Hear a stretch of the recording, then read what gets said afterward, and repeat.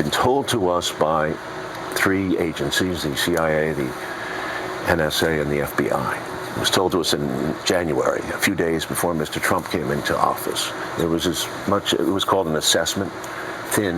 The report itself, if you read it, yep, as I think Stephen Cohen has pointed out to you, is not an intelligence estimate. It doesn't have dissent, doesn't have the kind of information that is required. It's kind of it's, as Cy Hirsch said, it was a joke. And he faults John Brennan, the head of the CIA, as creating a fear and a paranoia without evidence at a time in a transition when it's very important in American democracy that we trust our leaders. So Trump was, in a sense, slapped in the face with 2 weeks to go. I mean, this thing is serious. It's calling Trump essentially a Manchurian candidate.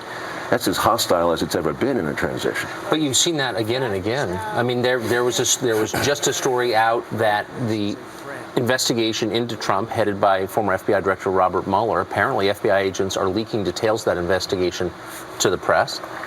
And you're seeing leaks from all the different intel agencies against the administration. Seems like they're trying to change their policies. That's correct. Does that surprise you?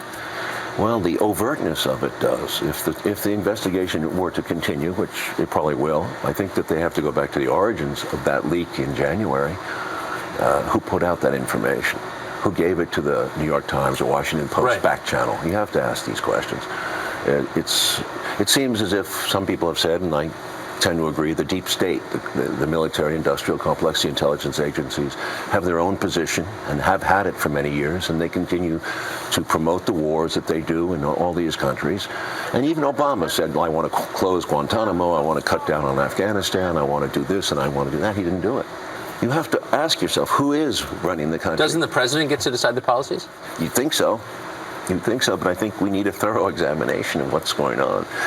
I'm shocked at what the CIA did and what Brennan did. It seemed like he was very hostile to Trump, very hostile, and I think Comey carried it out. It was Comey, if anybody, influenced the election, in my opinion.